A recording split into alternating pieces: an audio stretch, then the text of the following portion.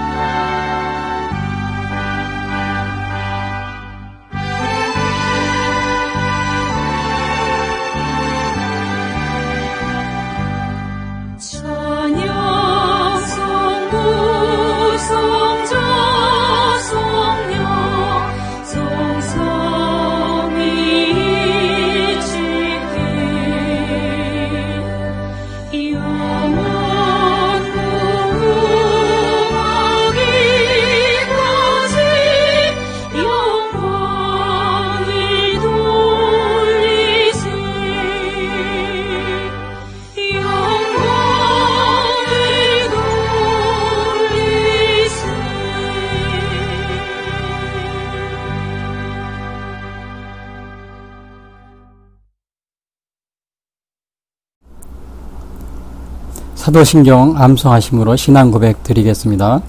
전능하사 천지를 만드신 하나님 아버지를 내가 믿사오며 그 외아들 우리 주 예수 그리스도를 믿사오니 이는 성령으로 잉태하사 동정녀 마리아에게 나시고 본디오 빌라도에게 고난을 받으사 십자가에 못 박혀 죽으시고 장사한 지 사흘 만에 죽은 자 가운데서 다시 살아나시며 하늘에 오르사 전능하신 하나님 우편에 앉아 계시다가 저리로서 산 자와 죽은 자를 심판하러 오시리라.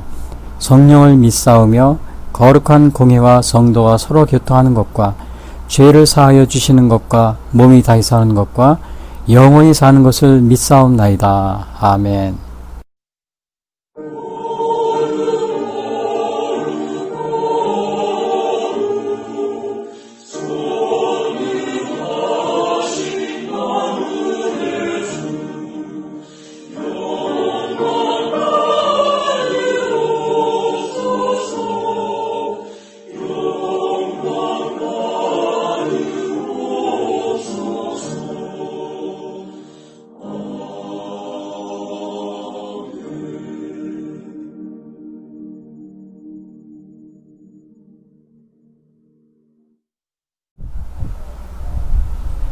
오늘 성경은 신약성경 에베소서 2장 1절부터 10절 말씀입니다.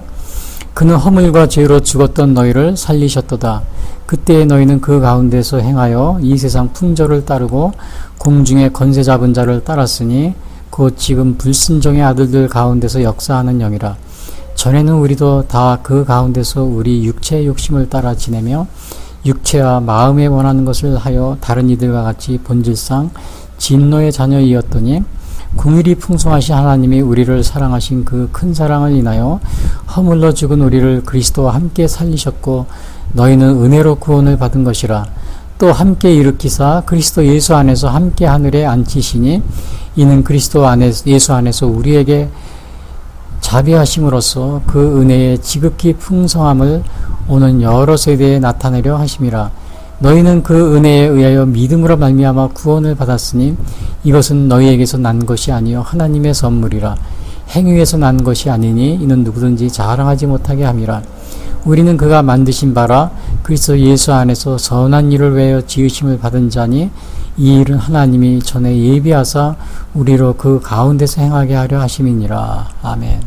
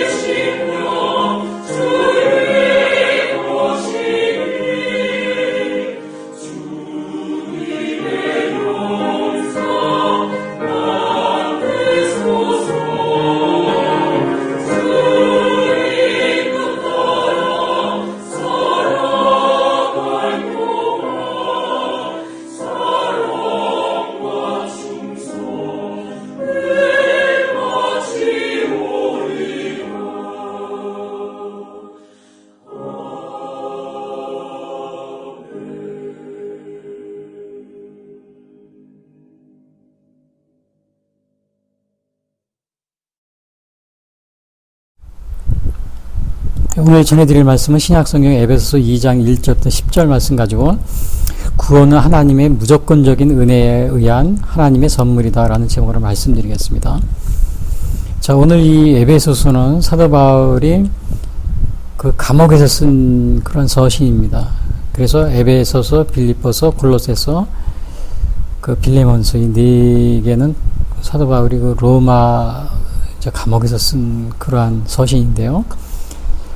그 사도 바울이 그 자기 생애 중에 3번 정도 이렇게 감옥에 갇힌 적이 있습니다. 첫 번째가 그 가이사라 빌립보에서, 그러니까 그 팔레스타인이죠. 그 유대 지방이요. 거기서 58년부터 6년까지 2년 동안요. 3년인가요? 거기서 이제 거기서 갇히게 되죠. 그리고 이제 거기에서 로마로 오게 됩니다. 그래서 61년부터 63년, 한 3년 동안요. 2년 동안 1차로 감옥에 갇힙니다. 그리고 2차는 아마 67년 또 다시 감옥에 갇히고요. 그래서 3번 감옥 생활을 했는데,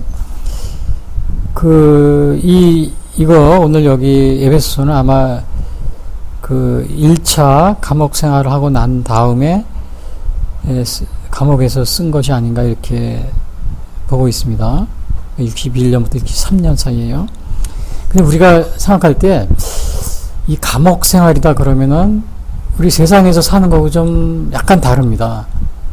약간 다른 게 아니고 물론 환경이 완전히 다른 거죠. 그러니까 이 생각하는 그 사고 그 폭이 좀 다를 것 같습니다.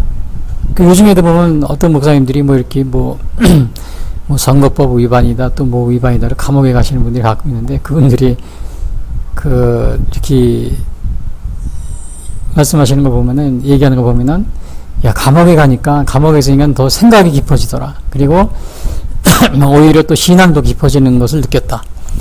이제 그런 말씀을 많이 하십니다. 그래서 사도 바울도 마찬가지로 오늘 이 감옥에 있으면서 이 에베소서 또 빌립보서 골로새서 또 빌레몬서 이거 쓰면서 이게 좀 더 그동안에 뭐 로마서라든지 아니면 이 고린도서 고린도후서 뭐 이런 거는 좀 다른 점이 있을 겁니다. 저도 특별히 에베소서를 읽으면은 굉장히 제가 에베소서 1장, 2장, 3장을 굉장히 좋아합니다. 뭐 로마서나 고린도전서, 고린도후서 이거보다도 에베소서 1장, 2장 굉장히 제가 이거 읽을 때마다 아주 감명을 받습니다. 특히 2장 같은 경우는요. 그래서 오늘 특별히 구원은 하나님의 무조건적인 은혜에 의한 하나님의 선물이다. 제가 이 말씀을 드리면서 오늘 이 말은 사도 바울이 정말 감옥에서 쓴 그 서신 중에 나온 그러한 그 사도 바울의 그 이야기라는 사실을 우리가 꼭 명심하고 있는 게 좋습니다. 그 구원이란 게 뭐냐? 구원의 일반적 의미는 대개는 그 어렵고 힘든 상태에서 벗어나는 거, 그걸 구원이라고 합니다.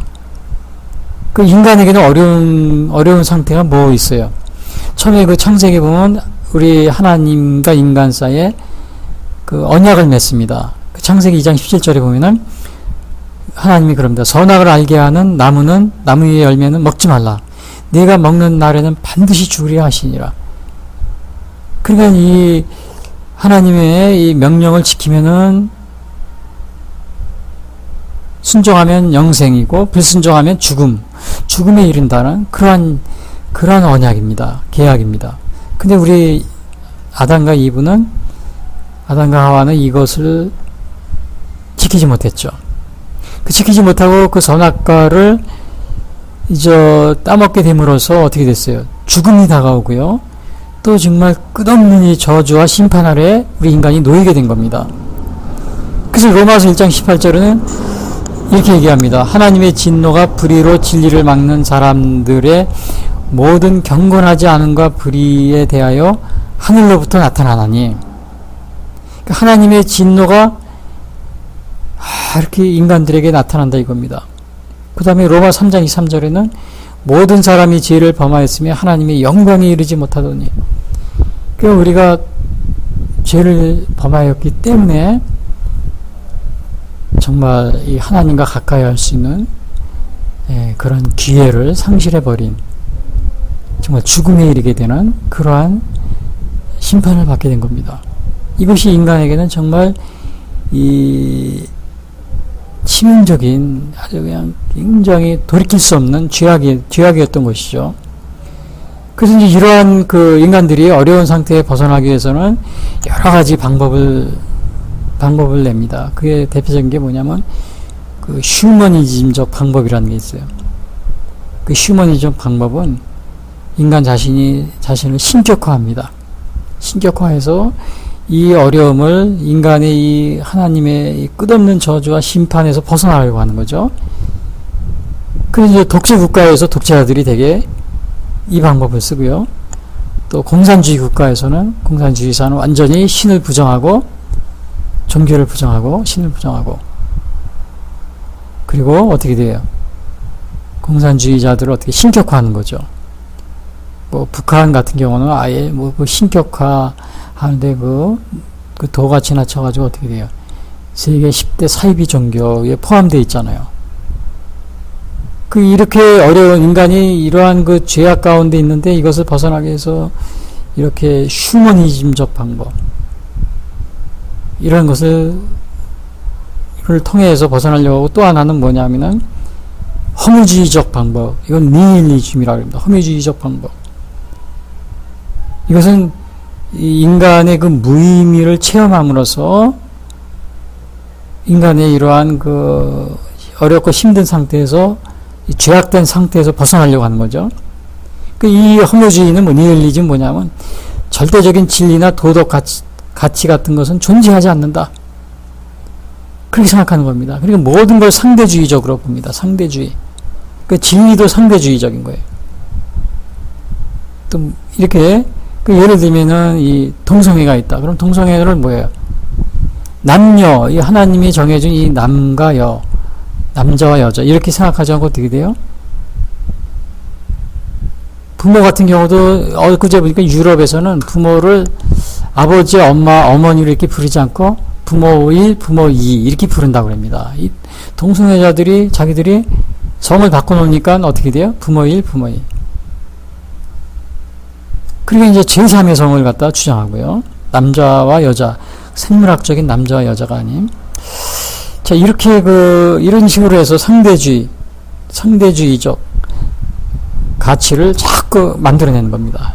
인간이 이런 데서 그냥 하나님의 심판 가운데 이렇게 놓이게 되니까 그걸 벗어나기 위해서 인간을 신격화하는 휴머니즘적 방법으로 인간을 신격화한다든지 아니면은 니힐리즘, 허무주의에 빠져가는 상대주의에 빠져서요. 그 진리를 왜곡을 한다든지요. 또 다른 거 하나는 다른 종교를 통해서 구원을 얻으려고 하는 겁니다. 다른 종교를 통해서. 그 대표적인 게 뭐 불교 같은 경우는 뭐예요? 인간이 끝없는 욕망, 또 좌절, 집착, 죄악, 죄의식 이런 데서 벗어나기 위해서 어떻게 해요? 그것을 벗어나는 것을 뭐라 그러냐면 불교에서는 극락 또는 열반이라고 그랬는데, 근데 그거를 이루기 위해서는 극락 열반에 위해서는 불교에서는 8정도, 뭐 12연기 그런 계율을 굉장히 강조합니다. 그래서 그거를 지키면서 인간이 극락이나 혹은 열반에 이런 깨달음을 얻게 된다. 그 깨달음을 얻게 된다. 이것을 이제 구원에 이르는 과정 이렇게 보는 거죠. 사실 불교에서의 뭐 8정도는 12연기 같은 경우는 8정도 그런 건 뭐예요? 바른 뭐 견해, 바른 의사, 바른 생각, 바른 언어, 뭐 바른 생활, 이거 바른 의식 뭐 이런 거요. 이런 게 다 아주 굉장히 그 도덕적 윤리적으로 수준이 굉장히 높습니다. 12연기도 마찬가지고 12연기라는 건 모든 삼라만상이 다 인과관계가 있다. 그 인과관계 속에서 그거를 그 우주의 이치를 설명하는 거죠. 이제 그렇게 함으로써 깨달음을 얻고 극락이나 열반 이러는 것이 구원이라고 이렇게 생각하고 있는 것 같습니다. 저는 불교에 대해 잘 모르는데 아마 제가 말하는 것이 정확한지 모르겠어요. 아마 근데 이제 또 불교하고 힌두교는 굉장히 이제 신두교에서 이렇게 나온 불교라고 이렇게 보고 있는데요. 신두교에도 이 불교와 비슷한 점이 많이 있지만 이것도 깨달음입니다. 깨달음인데 그 환생, 계속 사람이 거듭나가지고는 이 깨달음에 이른다. 그것이 이제 구원이라고 이렇게 생각을 하는데, 그래서 힌두교에서는 주로 그 깨달음을 얻기 위해서 하는 그 방법이 있는데, 대표적인 게 요가입니다, 요가. 뭐 이렇게 아주 앉아가지고 또 뭐 구부려가지고 여러 가지 자세가 있어요. 그래서 명상을 통해서 깨달음을 얻고, 그래서 무지에서 벗어나서 구원에 이른다. 이러한 생각을 합니다. 굉장히 뭐 철학적인 그런 면이 있죠. 불교 깨달음이라는 것은 좀 비슷한 게 있어요. 그래서 지난번에도 우리나라에도 보면 이 불교나 힌두교에서 나온 이 깨달음을 기독교에서 이 깨달음이라는 걸 강조해가지고 뭐 이것을 구원이다 이렇게 하는 그 교회나 이제 그렇게 있는데, 대개는 이제 그거 기독교에서 이단으로 이렇게 분리해 놓은 그런 게 있습니다. 이 깨달음에서 구원이 오는 게 아니에요. 기독교는 하나님의 은혜에 의한 믿음을 통한 구원입니다. 전혀 다릅니다.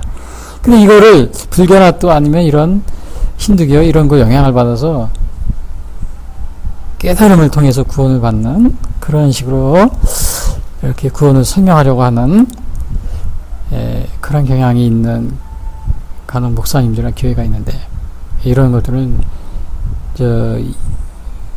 굉장히 그 잘못된 생각이라고 우리가 볼 수가 있죠. 그럼 뭐 같으냐? 우리 민간 신앙이 보면 무속의 기복 신앙 있잖아요. 무속 그 샤머니즘에 그러한 그 기복 신앙이 우리 기독교에도 들어와서 똑같이 또 현세의 그 현세적인 그 복을 추구하는 그런 경향이 많이 있잖아요. 기도라든지 모든 신앙생활을 그런 거하고 유사한 겁니다. 그래서 우리 그 전통적인 우리 한국 사람들이 오랫동안 그 생활에서 그 겪어왔던 그러한 문화 때문에, 문화 전통 속에서 그렇게 기독교 구원도 그렇게 바라보려고 하는 것에 우리가 조심을 해야 됩니다. 그럼 성경에서 말하는 이 구원은 뭐냐, 이게. 구약에서 보면은, 구약 시대에는 예수님 이러한 것이 없죠. 그러나 없어도 여기서도 보면은 아브라함 같은 경우도 뭐예요? 하나님을 믿음에 그 의로 여겼다고 그랬잖아요. 그러니까 당시에 예수님의 그런 현현은 없어도 하나님에 대한 믿음, 그것을 구원으로 이렇게 여기고 있었는데, 근데 이제 대개는 구약에서 보면 출애굽 같은 데서 보면은 이 이스라엘 백성들이 뭐예요? 어떤 위험이나 악으로부터 그걸 벗어나려고 하고, 또 그 벗어나는 것을 또 유대인들 같은 게 실제적으로는 정치적인 메시아, 현세적인 그 어려움에서 벗어나는 거, 거기에 굉장히 관심을 가지고 있었잖아요. 현세적인 구원. 물론 이제 나중에 이사야서나 아니면 이 후기로 오면은 뭐야, 메시아 사상이 나타나가지고 이제 죄로부터 구원, 이제 그런 것을 거대하게 되는 그런 걸 바뀌게 되죠. 근데 하여튼 그 구약 시대에는 주로 율법을 지키고 또 그러한 현세적인 구원, 그런 것이 굉장히 강했다는 것을 우리가 보게 됩니다. 물론 이제 유대인들은, 그 구약시대 유대인들은 아브라함의 후손이 자신들만이 구원을 받는다 이렇게 생각을 했죠. 선민사상이 있어가지고요. 그리고 율법의 그 법을, 조문을 지켜서 구원을 얻는다 이렇게 생각을 했고요. 근데 이제 우리 신약시대에 와서는 어떻게 돼요? 그 예수님의 탄생, 그 다음에 십자가, 고난, 또 죽음, 이 부활을 믿는 믿음으로 구원을 얻는다. 그리고 이것은 예수님이 예수님이 이렇게 전해진 이 구원은 뭐예요? 복음을 믿는 믿음. 그 믿음으로 구원을 우리가 받게 되는 그런 것을 우리가 강조하고 있습니다. 그래서 로마서 1장 16절에도 그럽니다. 복음은 모든 믿는 자에게 주신 하나님의 능력이 됨이라. 그 복음은 모든 믿는 자에게 구원을 주신 하나님의 능력이 된다 그랬어요. 로마서 1장 16절에. 그 예수님의 탄생, 고난, 죽음, 부활, 이런 거를 믿는 믿음에서 구원이 비롯된다는 사실을 우리 신약성경에서는 강조하고 있어요. 그리고 예수님께서는 물론 과거에 그러한 그 십자가의 사건이 일어났지만은 예수님께서는 또 현세적인 천국을 이룰 것을 또 말씀하십니다. 뭐 천국은 여기 있다 저기 있다 하는 것이 아닌 너의 마음속에 있느니라. 그 현세적인 정말로 현세적인 천국 그것도 얘기하시면서 또 궁극적으로는 어떻게 돼요? 재림시에 완성될 종말론적인 천국의 완성 그거를 또 강조합니다. 그러니까 과거의 사건이자 예수님이 십자가 사건 과거의 사건이죠. 그리고 또 현재적인 그 천국 그리고 마지막에 재림시에 완성된 종말론적인 천국 구원 현세적인 구원 종말론적인 구원 이것이 그 예수님의 복음에 나타나 있습니다. 그래서 구원은 복음은 모든 믿는 자에게 구원을 주시는 하나님의 능력이다. 로마서 1장 16절. 그래서 오늘은 저 에베소에 나와 있는 이 에베소 교회에 바울이 말하고 있는 이 구원에 대해서 말씀드리려고 하는데요. 먼저 우리 인간이 구원받기 전에는 어떻게 됐어요? 완전히 타락한 상태에 있었죠. 완전히 타락한 상태. 그래서 1절에도 그럽니다. 그는 허물과 죄로 죽었던 너희를 살리셨도다. 그 허물과 죄로 인해서 우리가 죽어 있었습니다. 죽은 상태에 있었던 거예요. 죽어 있는데 그냥 죽은 상태에서 어떻게 되어 있느냐? 우리가 하나님을 알지도 못하고 또 복음을 알지도 못한 그 상태에 있었는데 하나님을 우리가 예수 그리스도를 만남으로 해서 구원을 받게 된 거죠. 그런데 여기서 1절에는 뭐라 그래? 그는 허물과 죄로 죽었던 너희를 살리셨도다. 그래서 2장 1절이요. 2절 3절에 보면 이런 말이 있어요. 그때 너희는 그 가운데서 행하여 이 세상 풍조를 따르고 공중의 권세 잡은 자를 따랐으니 곧 지금 불순종의 아들들 가운데서 역사하는 영이라. 전에는 우리도 다 그 가운데서 우리 육체의 욕심을 따라 지내며 육체와 마음에 원하는 것을 하며 다른 이들과 같이 본질상 진노의 자녀이었더니. 여기에서 말하고 있는 것은 세 가지를 얘기하고 있어요. 그때 너희는 그 가운데서 행하면서 이 세상 풍조를 따르고, 그러니까 죄로 허물러 있는 죽었던 우리였는데 우리는 그 가운데서 세상 풍조를 따르며 살았다. 그때 너희는 세상 풍조를 따랐다. 이거는 뭘 의미하냐면은 하나님께 대항하는 이 세상의 기준과 가치를 따라다녔다. 우리가 그렇게 볼 수가 있습니다. 아까도 얘기했다시피 세상의 기준과 가치는 뭐가 있어요? 뭐 허무주의 사상, 뭐 니힐리즘이라든지 또 공산주의 사상, 예? 또 대한민국에서 뭐 요즘에 정치인들이 따라다니는 이상한 뭐예요? 북한의 뭐 김일성의 주체 사상 뭐 이런 것들 막 따라다니는 거죠. 이 세상의 풍조를 따르는 겁니다. 세상의 풍조에는 뭐가 있어요? 쾌락을 추구하고 또 뭐예요? 물질을 추구하고 물질. 또 요즘에 가장 문제가 되는 게 있어요. 동성애를 또 추구하고. 이게 세상 풍조입니다. 동성애 추구. 예, 그래서 뭐 포괄적 뭐 차별금지법 이거를 만들어 가지고 언론과 뭐 종교의 자유를 제한하려고 하고. 이게 다 뭐예요? 세상 그 풍조에 따르는 겁니다. 세상 풍조를 따랐다. 그때 너희는 세상 풍조를 따랐다. 또 이거 외에 뭐가 있어요? 타종교의 기준을 따르려고 그런 사람도 있어요. 종교 통합을 시도하고. 이거 세상 풍조입니다. 이것도. 종교 통합을 시도하는 사람이 있죠. 이 종교 통합 시도는 특별히 이건 다원주의인데 오늘날 기독교 내에서도 이 다원주의를 주장하고 또 그런 신학자들도 있고 또 그거를 따르는 사람도 많이 있어요. 대표적인 게 저도 물론 감리교 신학대학원을 1980년대에 나왔지만 80년대 초반에 제가 공부를 하고 또 중반에 그 졸업을 했지만은요, 대학원 과정을. 그 당시에 제가 감신 다닐 때 보면 변선한 교수님이 있었습니다. 이분이 조직신학을 가르치고 계셨는데, 이분이 굉장히 강의는 잘 하십니다. 아주 명강의를 하시는데, 제가 들어가기 전에 이 기독론 구원론 논쟁이라는 그러한 일이 있었습니다. 제가 그 감신에 제가 84년도에 입학을 했으니까 대학원을요.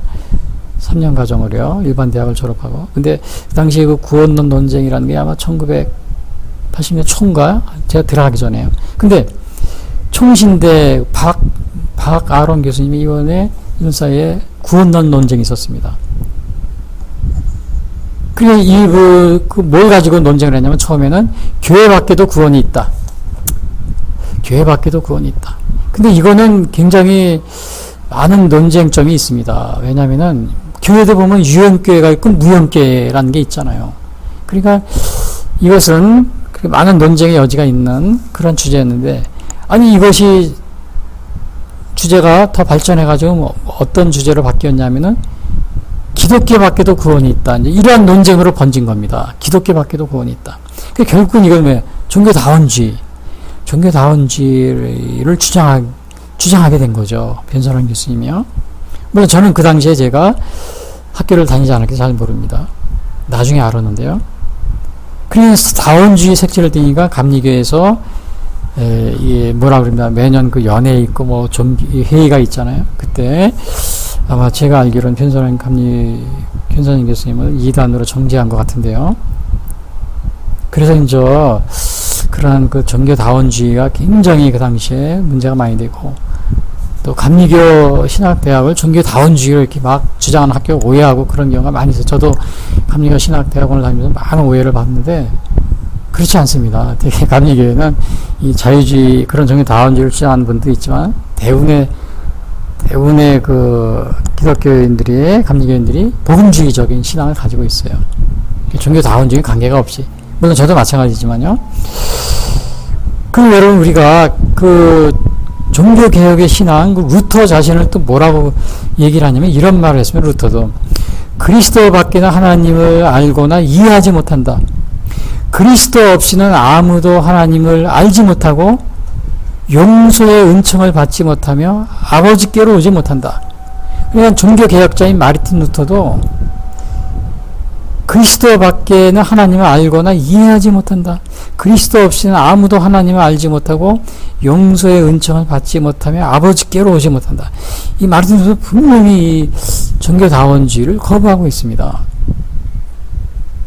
그러니까 만약에 감리교에서 또 일반 개신교에서 이 종교다원주의를 만약에 주장한다 그러면, 물론 천주교에서는 어느 정도 인정하고 있는 그러한 경향이 있는 것 같아요. 제가 확실한 건 모르겠지만 아마 그런 경향이 굉장히 천주교에서는 강한 것 같은데, 개신교인이라고 종교개혁의 신앙을 따르는 것이라고 우리가 볼 수가 없는 거죠. 그런 면에서 보자면은 변선환 교수님의 감리신의 변선환 교수님의 그 기독교 밖에도 구원이 있다. 물론 제가 그분의 자세한 것은 제가 그 의도하는 바를 정확히는 알지 못합니다. 그러나 제가 간단히 소개한 그 아티클을 볼 때 그 기독교 밖에도 구원이 있다. 만약에 이것을 가지고 논쟁했는데 기독교 밖에도 구원이 있다고 주장을 한 것이라면 종교다원주의가 되고요. 이것은 종교개혁의 신앙에서 벗어난 것이라고 우리가 볼 수가 있는 거죠. 물론 이제 지금도 그 부분에 대해서 많은 김 교수님의 그 구원론에서 여러 가지로 이렇게 보충 설명하고 그런 분들도 많이 있어요. 아닌데 저는 그 이상 더 자세한 것은 제가 알지 못하고 있는데요. 왜냐하면 이 기독교 밖에도 구원이 있다, 이런 거에 대해서는 제가 사실은 더 연구하거나 또 알고 싶은 마음이 없었습니다. 그래서 제가 그 이상 더 깊이 그 부분에 대해서 이렇게 생각하지 않았는데요. 근데 오늘 예배소에서도 바울이 말하고 있는 구원, 이것도 구원은 하나님의 은혜에 의한 하나님의 선물이다. 하나님의 복음에 대한 복음을 바울은 보면은 사도행전 4장 12절, 물론 바울의 얘기는 아니지만요, 이렇게 얘기를 합니다. 다른 이로서는 구원을 얻을 수 없나니 천하 다른 사람 중에 구원을 받을 만한 다른 이름을 우리에게 주신 일이 없습니다. 바울도 이것을 분명히 얘기하고 있어요. 그 다음에 요한복음 14장 6절에도 내가 그 길이여 진리여 생명이니 나로 말미암지 않고 아버지께로 올 자가 없느니라. 그러면 이거 우리가 그 기독교 밖에도 구원이 있다. 이거에 대해서 우리 그 종교 개혁의 신앙으로서는 이러한 주장이 맞지 않는다는 것을 우리가 알 수 있습니다. 근데 우리가 그러니까 이렇게 우리가 여러 가지 방법으로 뭐라 그럽니까? 이게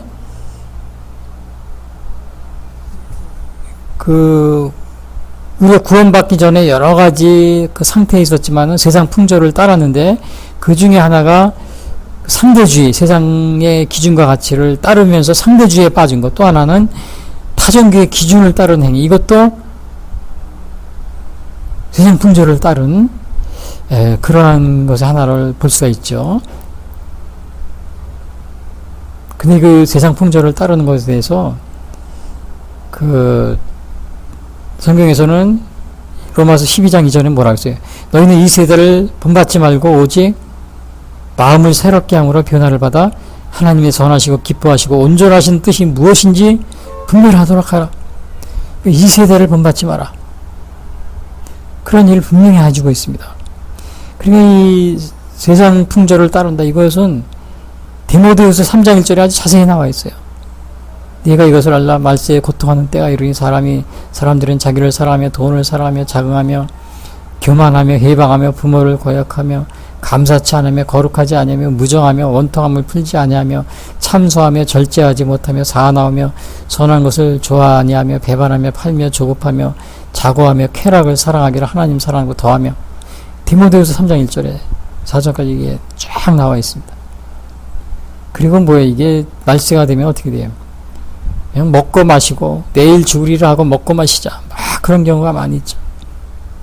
누가복음 12장 19절에 보면 또 내가 내 영혼에게 이르되 영혼아 여러 쓸모건을 많이 쌓아두었으니 편안히 쉬고 먹고 마시고 즐거워하자 하리라. 자, 우리가 이 세상 풍조를 따르는 겁니다. 그냥 평안히 먹고 마시고 즐거워하자. 허랑방탕.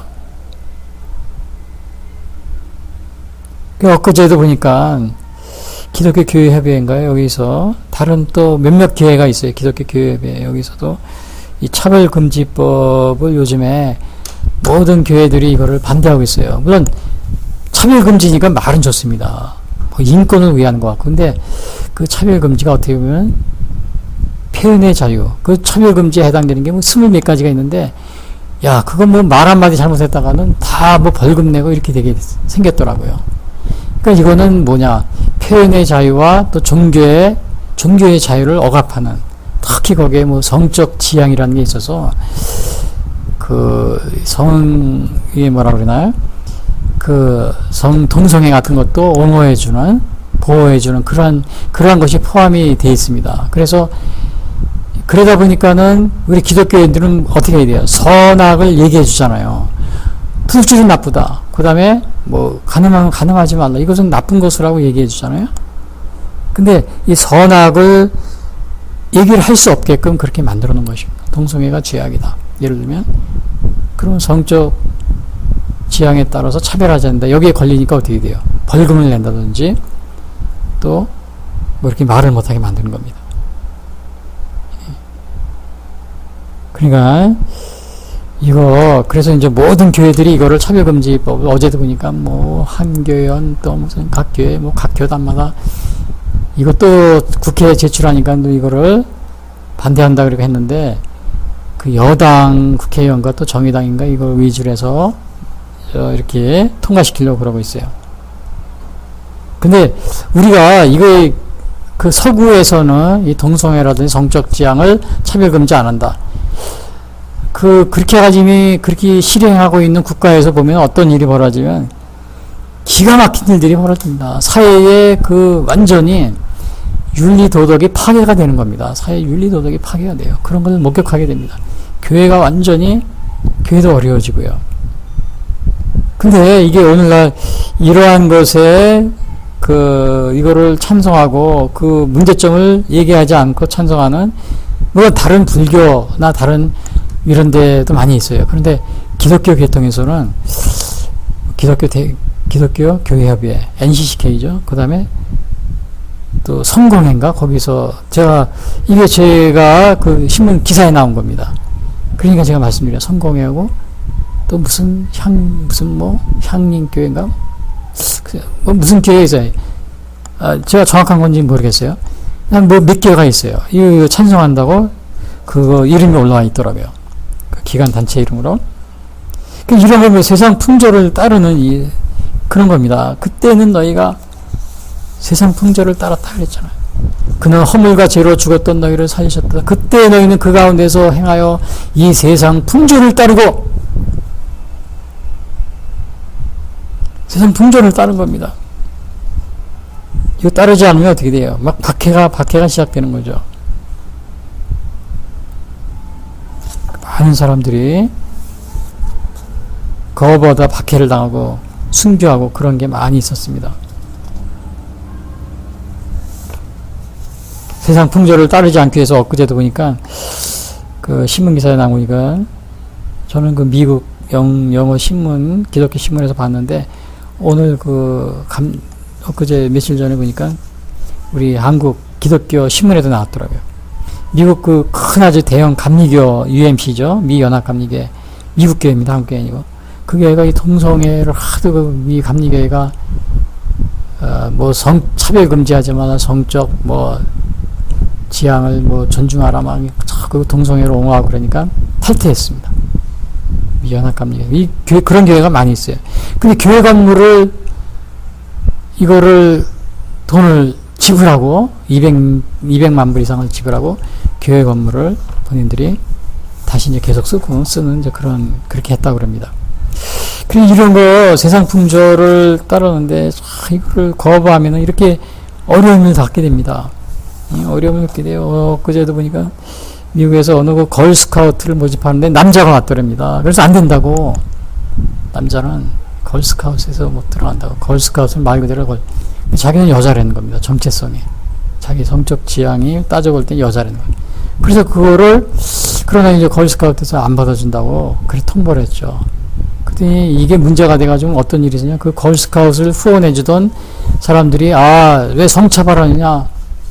그래가지고는 어떻게 했어요. 후원을 안 해준다고 그러는 거예요. 그러니까 이 걸스카우트가 어떻게 문을 닫게 생겼어요. 후원자들이 다 끊어져가지고. 이게 지금 이렇게 되는 겁니다. 이게 지금. 캐나다 어느 신학교에서는 동성애자 신학생이 있을 때는 학칙에 어떻게 되냐면 제적을 시킨다 이렇게 돼 있어요. 그런데 그래서 이제 어느 학생이 나중에 동성애자로 커밍아웃 하니까 이 신학교에서 목회자가 될 그런 학교니까요. 학칙을 그렇게 정해놓은 거죠. 나중에 커밍아웃 하니까 학교에서 그 학교 교칙대로 제적을 시켰더니 이 제적당한 학생이 학교를 고발한 겁니다. 왜 연방정부 지원을 받으면서 연방정부에서는 이것이 합법화되어 있는데 왜 법을 위반하느냐. 재판에 받게 됐어요. 재판. 패소하게 되면 어떻게 돼요? 학교 문 닫는 겁니다. 이게. 지금 상황이 이렇게 심각합니다. 그래서 이 교회들이 이러한 포괄적 차별금지, 우리나라는 포괄적이라는 말을 썼어요. 이런 거를 그래서 반대하고 이 성적 지향이라는 말이 들어가는 거예요. 물론 이것은 선이고 이것은 악이다. 이거를 말을 못하게 만들어 버립니다. 예를 들어서 공산주의자를 우리가 한국에서는 대한민국에서는 어떻게 돼요? 이 공산주의자들이 너무 악랄한 짓을 많이 하니까 뭐라고 해요? 빨갱이라는 말을 쓰잖아요. 나중에 빨갱이라는 말을 왜 차별이다, 혐오한 것이다. 그래가지고 벌금도 물리고 그럴 수도 있어요. 이제 앞으로는 제가 추측을 해봅니다. 이게 다 언론의 자유, 또 표현의 자유를 제한하고 또 종교의 자유.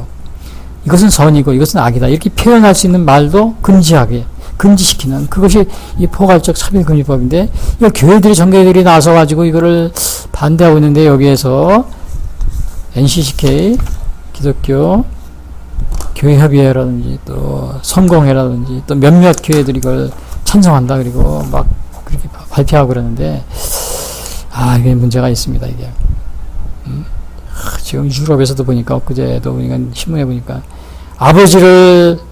아버지 어머니라는 말을 못 쓰겠는데요. 이 포괄적 차별금지법이 통과된 나라에서 왜 아버지 어머니 남자 성을 구별하느냐? 그 가운데는 남자 여자끼리 사는 부부가 있잖아요. 그러니까 앞으로는 부모 1, 부모 2 이렇게 불러라. 어느 공공장사라든지 모든 것에서 설이나 이런 것 그렇게 지금 돼버렸습니다. 그게 지금 이 사회가 어떻게 돼요? 엉망진창이 되는 거예요. 엉망진창. 그래서 이 공중 세상의 풍조를 따랐다. 너희가 그대는 어떻게? 그는 허물과 죄로 죽었던 너희를 살리셨도다. 그때 너희는 그 가운데 행하여 세상 풍조를 따르고 또 공중 권세 잡은 자를 따랐으니 공중 권세 잡은 자를 따른 거예요. 그러니까 세상 풍조가 대개는 이 공중 권세 잡은 자를 마귀로 보고 있는데요. 불순종의 아들들 가운데 역사하는 영이라고 그랬잖아요. 그러니까 마귀, 사탄, 대개 이 세상 풍조 이렇게 따르는 것이 이 마귀의 사탄의 꾀임에 넘어가는 경우가 많이 있어요. 불순종의 아들들 가운데 하나님을 대적하는 이 초자연적인 악의 세력입니다. 이 마귀 사탄. 이거를 따라가는 거예요. 이 마귀의 일을. 하나님을 대적하는 것. 그러면 이 마귀 하는 일이 뭐예요? 주로 사람을 미혹합니다. 예수님도 40일 금식하실 때 어떻게 해요? 마귀가 와서 시험했잖아요. 3번이나. 마귀 유혹하는 거예요. 그런 식으로. 가룟 유다도 마찬가지. 가룟 유다도 그 누가복음 22장 3절에 보면 이런 말이 있어요. 10들 중에 하나인 가롯인이라고 부르는 유다에게 사탄이 들어가니. 사탄이 들어가니까 예수님을 팔았잖아요. 그러니까 사람을 미혹하는 거예요. 이 마귀의 권세 잡은 자를 따랐다 너희가. 근데 이 마귀의 종이 됐다. 이 마귀는 뭐예요? 사람을 미혹하고 또 속이고. 근데 마귀가 속이는데 이 공중권세자를 잡은 자를 따라다니는 그 이기고 그 다음에 그 이유 중에 하나가 이 속아 넘어가기 때문에 그렇죠. 속아 넘어. 근데 이 마귀가 자기 그게 어떻게 돼요? 속입니다. 속일 때 어떻게 속이느냐? 광명의 천사로 속입니다. 광명의 천사로 가장을 합니다. 그래서 이게 고린도전서 11장 14절에 이런 말이 있어요. 그런 사람들은 거짓 사도요 속이는 일꾼이니 자기를 그리스도의 사도로 가장하는 자들이라. 이것은 이상한 일이 아니니라. 근데 자기를 그리스도의 사도로 가장한대요. 거짓 사도인데. 근데 이게 이상하지 않대요. 왜? 사탄도 자기를 광명의 천사로 가장하나니. 그러니까 마귀도 자기를 광명의 천사, 아주 멋있는, 올바른, 좋은 일을 하는 천사로 가장한다는 거예요. 천사로. 그러므로 사탄의 일꾼들도 자기를 의의 일꾼으로 가장하는 것이 또한 대단한 일이 아니니라. 그들의 마지막은 그 행위대로 되리라. 야, 그러니까 오늘날 이 거짓 사도가 많이 있겠어요, 없겠어요? 많이 있을 겁니다. 이게 왜냐하면 이 공중권세 잡은 자를 따라가고 세상 풍조를 따라가고 막 그러니까요. 광명의 천사로 가정한다는 거예요. 사탄 마귀가 광명의 천사 아주 좋은 천사로 가정한다는 거죠. 대표적인 게 뭐였어요? 공산주의. 이 평등 똑같이 산다. 이렇게 공산당들이 꼬셔왔어요. 그래가지고 당신들 그 토지, 개인, 농지, 토지 이거 우리 다 같이 국가에다 다 바쳐라. 그래 다 빼앗습니다. 공산당들이 다 국가 땅으로 만들어놔요. 그래서 우리가 똑같이 일하고 똑같이 나눠 먹자. 그러면 우리가 땅을 똑같이 나눠 가지니까 그게 좋은 것이다. 그러니까 사람들이 속겠어요, 안 속겠어요? 이야, 그거 그럴듯한데 옳은 일이야. 똑같이 나눠 가진다. 그 자기 땅을 다 국가가 다 뺏어가는 거죠, 공산당들이. 그 지금 북한이 그렇잖아요. 개인 땅이 하나도 없습니다. 다 국가 땅이에요. 또 동유럽 공산주의죠. 베트남도 그렇고 중공도. 중공은 그 국토가 얼마나 넓습니까? 그게 다 국가 땅이에요. 개인 땅이 없어요. 그러면 그렇게 하면 잘 살 것 같죠? 망했잖아요. 다 망했잖아요. 북한도 그렇고 또 동유럽, 러시아 그래 망해가지고는 동유럽은 다 공산주의 버리고 유럽, 러시아는 어떻게 했어요? 공산주의 버리고 민주주의로 가려고 그러는데 지금 아직도 또 독재 국가로 다시 흐르고 있죠. 중공은 아주 교묘하게 이거를 이제 공산주의 요걸 가면을 쓰고서 개인들에게 농사를 짓게 하면서 이렇게 또 토지를 계약을 맺어가지고 이렇게 하면서 하는 것처럼 이렇게 하지만은 결국은 이것도 속이는 겁니다. 속이는 거예요. 개인들의 그 자유를 빼앗고 국가의 노예가 된 거죠. 광명의 천사로 가져가는 게 그러면 신마르크스주의, 신공산주의, 이건 뭐야? 차별금지라는 요 이름을 가지고 표현과 또 성과 악을 말하지 못해 하고 자유를 억압하고 종교를 탄압합니다. 이거에 전 세계적으로 요거는 굉장한 성공을 거두고 있어요. 공산주의는 실패했지만 요 신마르크스주의는 아주 굉장한 성공을 거두고 있어요. 공산당들이 이걸 또 이용하고 있습니다. 광명의 천사로 가져가는 겁니다. 그리고 기독교에서 이단 종파들은 좋은 얘기는 다 합니다. 뭐 그냥 이단 종파에 선전하는 거 보면 평화, 행복, 가정평화 아주 그런 말만, 그리고 그 전도지에도 보면 아주 그냥 멋있는 그림들, 아주 평화로운 그림, 그런 거를 쫙 해가지고 성경 구절을 적어가지고 이렇게 막 전도합니다. 그러니까 사람들이 다 넘어갑니다. 다 넘어가. 나중에 가서 보면 뭐 우리 지도자가 무슨 뭐 재림주다 뭐 막 그러고 막 그러는 거죠. 재산도 바쳐라 막 그러고 그 다 빼앗아 가지고 그런 게 있어요. 여기 광명의 천사로 가져가니까 여러분 속으면 안 됩니다. 이 특히 사탄한테요. 우리나라는 또 특별히 공산화 운동가들이 민주화로 가정해가지고 공산화 운동을 합니다. 여러분 이거 속으면 안 돼요. 민주화. 우리나라 90% 이상이 민주화 운동가들은 되게 공산화 운동가들이에요. 여러분 그거 보세요. 민주화 운동가 보세요. 다 북한 공산주의고 굉장히 친북적이고 공산주의, 또 이제 중국 공산당을 그렇게 따라다니고 막 그래요. 공산화, 민주화로 가장한 겁니다. 이게 얼마나 민주화니까 얼마나 듣기 좋아요. 그러니까 따라가 보면 이게 공산화로 가는 거예요. 지금 우리나라가 지금 공산화로 막 가려고 그러고 있잖아요. 국민들이 막 저항하고 그러지만 조금씩 막 가고 있잖아요. 또 뭐 있어요? 페미니스트로 가장한 공산화 운동가. 우리나라 이 공산화 운동가들은 민주화를 가장하고 페미니스트로 가장하고, 이 페미니스트들이 굉장히 그 사람들이 접촉하고 같이 만나는 사람들 보면은 주로 그 전에 간첩 활동하고 그랬던 사람, 민주화도 마찬가지예요. 북한을 들락날락했던 사람들, 또 북한을 주로 옹호하는 사람들, 다 그런 사람들이 다 민주화 투사하고 페미니스트들이에요. 환경운동가도 마찬가지 비슷해요. 간첩 비슷한 사람들하고 자주 접촉하고, 또 간첩 활동했던 사람들을 간첩죄로 판결받은 걸 뒤집어가지고 또 무죄로 해가지고는 포상을 주고, 다 그런 사람들만 가까이 해요. 그런 사람들만. 뭐 제주 해군기지 하면 막 반대합니다. 환경을 위한다. 실제로는 우리나라 그 제주 해군기지에서 국방력이 더 강화되고 이제 그런 거를 오히려 반대하는 그런 건데, 그걸 다 이렇게 위장한 거죠. 광명의 천사로. 또 원자력 기술을 폐기시킵니다. 근데 북한은 원자력을 발전시키고, 그래서 우리 남한은 원자력을 아예 없애야 된다.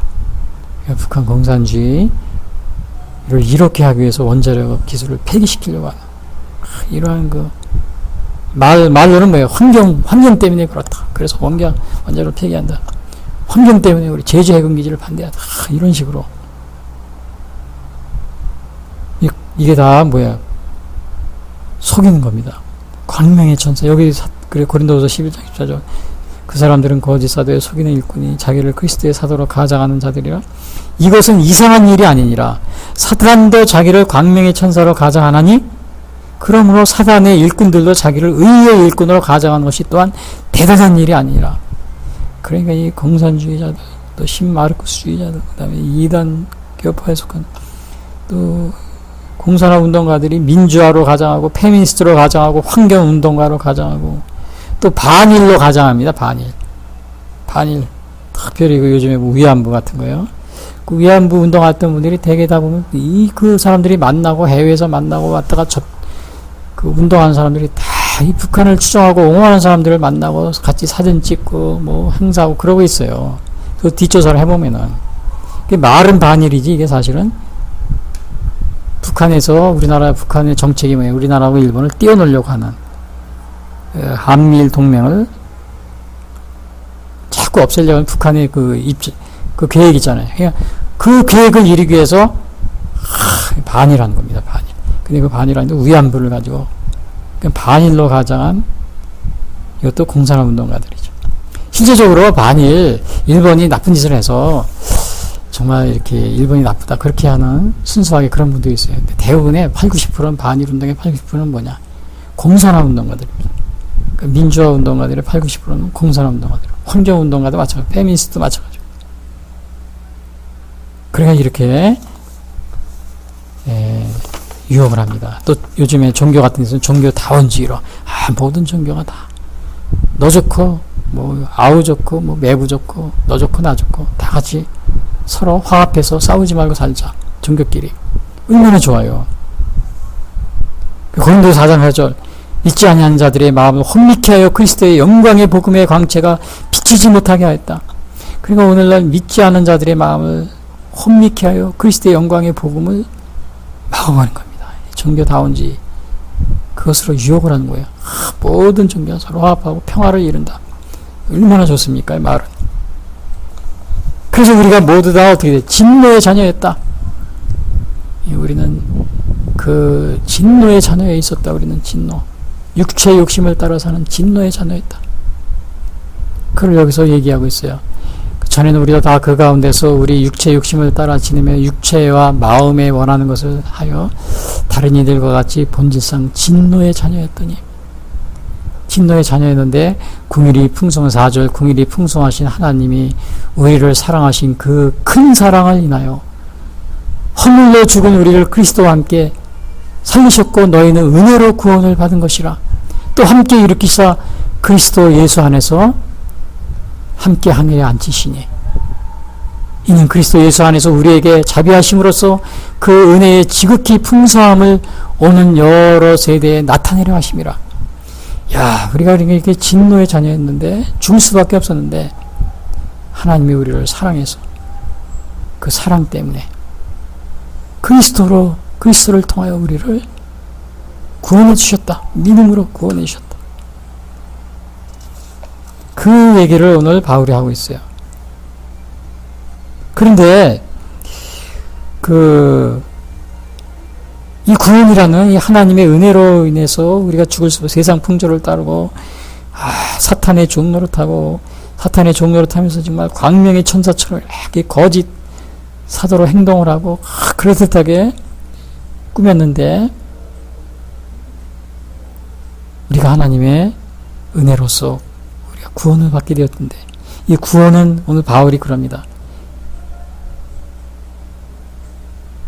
믿음에 의한 구원이 하나님의 선물이다. 하나님 8절에 그냥 너희는 그 은혜에 의하여 믿음으로 말미암아 구원을 받았으니 이것은 너희에게서 난 것이 아니요 하나님의 선물이다. 그러니까 이 구원이 하나님의 선물이라는 사실을 사도 바울이 얘기하고 있는 겁니다. 근데 이것도 옥중에서 쓴 거예요. 감옥에 갇히면서. 그러니까 그 생각에 얼마나 깊이가 있는 겁니까? 그 은혜에 의하여 믿음으로 말미암아 구원을 받은 것이다. 은혜는 하나님이 주시는 베푸는 거죠. 믿음은 어떻게 해요? 인간의 응답입니다. 인간의 응답이죠. 믿음이라는 것은. 그래서 그러면 이게 구원은 하나님의 선물이 아니고 인간이 어떻게 하느냐에 따라 달린 게 아니냐? 그렇게 우리가 얘기할 수도 있어요. 그렇죠? 내가 그러면 안 믿으면 구원을 못 받는 것이다. 그러니까 나 안 믿어. 그러니까 내가 믿었어. 그러니까 내가 잘해서 구원을 얻은 거야. 그러니까 믿음은 선물이 아니고 내가 열심히 노력을 해가 내가 믿으려고 했고 내가 그래서 내 노력으로 얻은 게 구원이야. 이렇게 얘기할 수도 있잖아요. 그렇죠? 근데 그렇게 얘기할 수 있는데 바울은 그래요. 너희가 그 은혜에 의하여 믿음을 하여 구원을 얻으니 이것은 너희에게서 난 것이 아니요 하나님의 선물이다. 너희에게서 난 것이 아니라고 그럽니다. 너희에게서 난 것이 아니야. 그러니까 우리가 믿음으로 말미암아 구원을 받았다고 그래서 이 믿음 자체가 우리가 이 믿음도 하나님의 은혜라는 겁니다. 하나님의 은혜가 없이는 우리가 이 믿음이라는 것을 소유할 수 없다는 겁니다. 그래서 그 종교개혁 당시에 어떤 일이 있었냐면 이 칼빈과 아르미니안 사이에 굉장한 논쟁이 있었어요. 아르미니안 사이. 칼빈과 아르미니안. 칼빈주의, 아르미니안주의. 이 아르미니안주의는 뭐냐면 인간은 하나님의 은혜를 받아들이거나 거부할 수 있는 자유가 있다. 하나님의 은혜를 받아들이거나 거부할 수 있는 자유가 있다. 그러니까 만약에 인간이 하나님의 은혜를 거부하면은 구원을 받게 되고, 또 인간이 하나님의 은혜를 받아들이면 어떻게 돼요? 구원을 받게 되고, 구원을 못 받게 되고, 거부하는 못 받게 되고, 또 받아들이게 되면은 구원을 받게 되고. 그러니까 구원이 선물이 아니고 하나님과 인간이 같이 노력을 해서 얻은 것이다. 이걸 신인협동론이라고 합니다. 신인협동론. 그래서 아르미니우스는 그걸 주장을 했어요. 근데 칼빈주의에서는 아니다. 그게 아니다. 믿음 자체도 우리가 인간이 거부하거나 또 인간의 응답, 이것도 하나님의 은혜다. 그렇게 주장합니다. 전적인 하나의 은혜다. 사실은 존 웨슬리, 감리교 창신 존 웨슬리도 아르미니스주의입니다. 아르미니스주의인데, 존 웨슬리는 그 아르미니스주의가 주장하는 거기에서 수정합니다. 그것에서 수정해서 어떻게 얘기를 하냐면, 존 웨슬리는 신인협동론, 그러니까 인간과 사람이 협동해서 구원을 받게 된다. 이렇게 주장하는 아르미니스주의를 그걸 어느 정도 받아들이면서 뭐를 주장하냐면은 복음주의적 아르미니주의, 복음주의적 아르미니스, 이것을 주장합니다. 복음주의적. 그러니까 아르미니스주의가 자유주의적 아르미니스주의하고 복음주의적 아르미니스주의가 있는데, 존 웨슬리, 감리교 창신 존 웨슬리는 복음주의적 아르미니스주의를 그걸 따라가지고는 주장해서 이 인간의 믿음, 인간의 응답이죠. 이 응답도 하나님의 전적인 은혜에 달린 것이다. 여기 8절에 보면 너희는 그 은혜에 의해 믿음으로 말미암아 구원을 받았으니, 근데 이 믿음이 인간의 응답인데 이 믿음도 하나님의 전적인 은혜다. 그래서 이 존 웨슬리는 하나님의 주권에 의해서 위임된 인간의 자유와 책임을 강조하면서 또 동시에 이 복음주의적 신인협동론, 아르미니스주의를 따르지만은 그 원래 그 자유주의적 아르미니스를 따르지 않고 복음주의적 아르미니스주의, 신인협동론, 이것을 따르게 됩니다. 주장합니다. 그래서 이 믿음, 이 자유와 책임, 인간의 응답도 하나님의 전적인 은혜 속에서 우리가 인간의 자유와 책임, 그리고 응답, 이것을 얘기하게 됩니다. 그래서 이것을 행위에서 난 것이 아니다. 9절에 그럽니다. 행위에서 난 것이 아니니. 그 인간이 믿음으로 응답하는 것이 인간의 행위가 아니라는 겁니다. 이는 누구든지 자랑하지 못하게 하려 함이라. 이런 인간의 자유와 책임, 감리교에서는 그걸 그렇지만은 이것이 행위에서 난 것이 아니다. 이것은 하나님의 전적인 은혜에서 이루어진 하나님의 선물이라는 것을 강조하죠. 존 웨슬리는. 그래서 복음주의적 아르미니스, 복음주의적 신인협동론, 그렇게 얘기를 하고 있습니다. 그러니까 우리 인간의 행위에서 비롯된 것이 아니라는 겁니다. 그 로마 3장 10절에 그럽니다. 그러므로 율법의 행위로 그의 앞에 의롭다 하심을 얻을 육체가 없나니 율법으로는 죄를 깨달으라. 그러므로 사람이 의롭다 하심을 얻은 것은 율법의 행위에 있지 않고 믿음으로 되는 줄 우리가 아나니. 믿음으로 우리가 구원을 받게 됐다. 행위에서 난 것이 아니니 그랬잖아요. 왜? 갈라디아 3장 2장 16절도 그럽니다. 사람이 의롭게 된 것은 율법의 행위로 말미암은 것이 아니니 오직 예수 그리스도를 믿음으로 말미암은 줄 알므로 우리도 그리스도 예수를 믿나니 이는 우리가 율법의 행위로서가 아니고 그리스도를 믿음으로서 의롭다함을 얻으려 함이라. 율법의 행위로는 의롭다함을 얻을 육체가 없느니라. 갈라디아서 2장 16절. 왜 이렇게 된 겁니까? 이거는 그 2장 9절에 그럽니다. 이는 누구든지 자랑하지 못하게 하려 함이라. 우리 인간이 구원은 전적인 하나님의 선물이고 우리가 하나님의 은혜에 의해서 믿음으로 구원을 받지만은 이것은 하나님의 선물이다. 근데 이 믿음, 인간의 응답, 이 믿음도 바로 하나님의 전적인 은혜에 기초한 것이다. 존 웨슬리도 그래서 복음주의적 신인협동론, 그거를 주장하고 칼빈주의도 마찬가지입니다. 만약에 단순한 그냥 자유주의적 신인협동론이 되면 어떻게 해요? 내가 믿기로 했어. 그러니까 내가 믿지 않기로 했으면 구원을 못 받은 거야. 그럼 어떻게 돼요? 인간의 공로를 자랑하게 되는 겁니다. 그러나 웨슬리는 이 복음주의적 신념동력을 주장해서 하나님의 은혜를, 믿음도 하나님의 은혜를 강조하는 거예요. 그 차이점입니다. 물론 칼빈도 마찬가지고요. 그래서 오늘 제가 여기 말씀드린 것은 그 하나님의 무조건적인 은혜의 그 구원은 하나님의 무조건적인 은혜에 의한 하나님의 선물이다. 하나님의 무조건적인 은혜에 의한 하나님의 선물이다.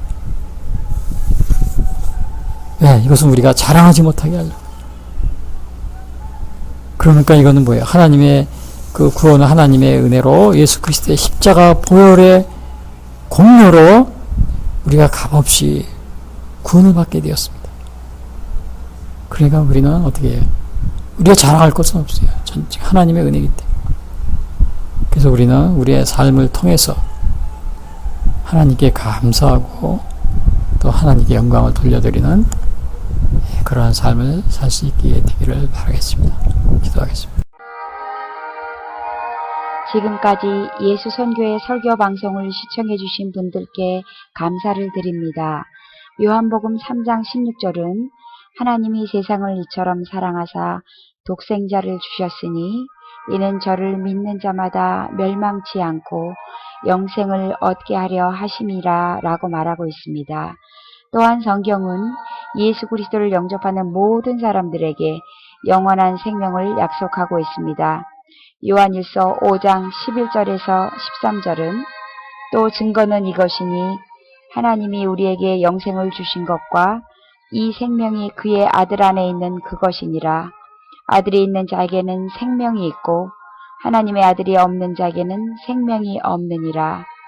내가 하나님의 아들의 이름을 믿는 너희에게 이것을 쓰는 것은 너희로 하여금 너희에게 영생이 있음을 알게 하려 함이라 라고 말하고 있습니다. 아직 예수님을 영접하시지 못하신 분들은 이 시간 주님을 영접하시기를 바랍니다.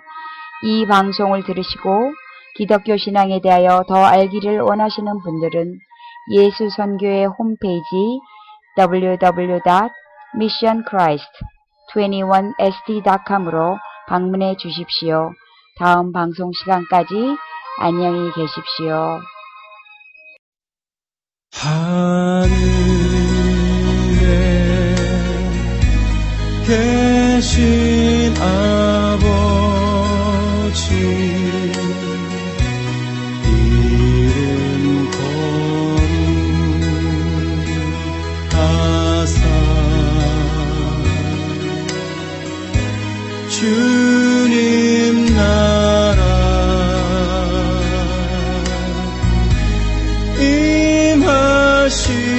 임하시고 뜻이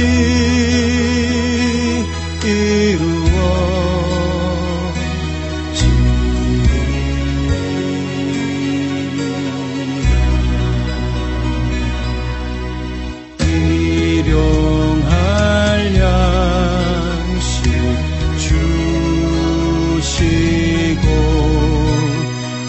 우리들의 큰 죄 다 용서하옵시고 또 시험에 들게 마시고 악에서 구원하소서. 대개 주의 나